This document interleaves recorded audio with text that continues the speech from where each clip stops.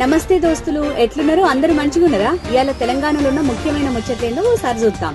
హైదరాబాద్ నుంచి బెంగళూరు పోతున్న private travels bus Kurnool జిల్లా వద్ద మంటలు చెలరేగి జరిగిన ప్రమాదంలో అనేక మంది ప్రాణాలు కోల్పోవడం ఎంతో బాధాకరమన్నారు సీఎం రేవంత్ రెడ్డి. మృతి చెందిన బాధితులకు 5 లక్షలు, గాయపడినోళ్లకు 2 లక్షల ఎక్స్గ్రేషియా ప్రకటించారు. జూబ్లీహిల్స్ ఉప ఎన్నికలలో కాంగ్రెస్ పార్టీ చేస్తున్న ప్రచారానికి మస్తు ఆదరణ వస్తున్నది.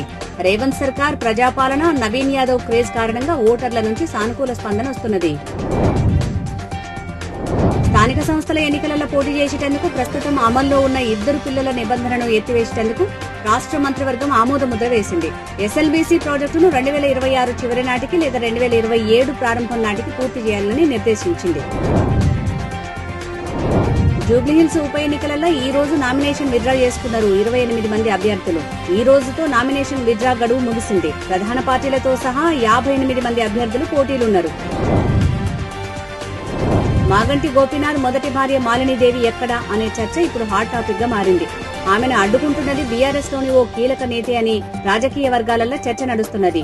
మాలినీదేవి బయటకు వస్తే సునీత అభ్యర్థిత్వం లీగల్ గా నిలవదనే భయం బీఆర్ఎస్ ను కుదిపేస్తుంది. ఇక ఈయుల్లా తెలంగాణలో ఉన్న ఇయాలటి ముఖ్యమైన ముచ్చట్లు. మంచి ముచ్చట్లతోటి మళ్ళీ రేపు కలుద్దాం. శనార్థులు.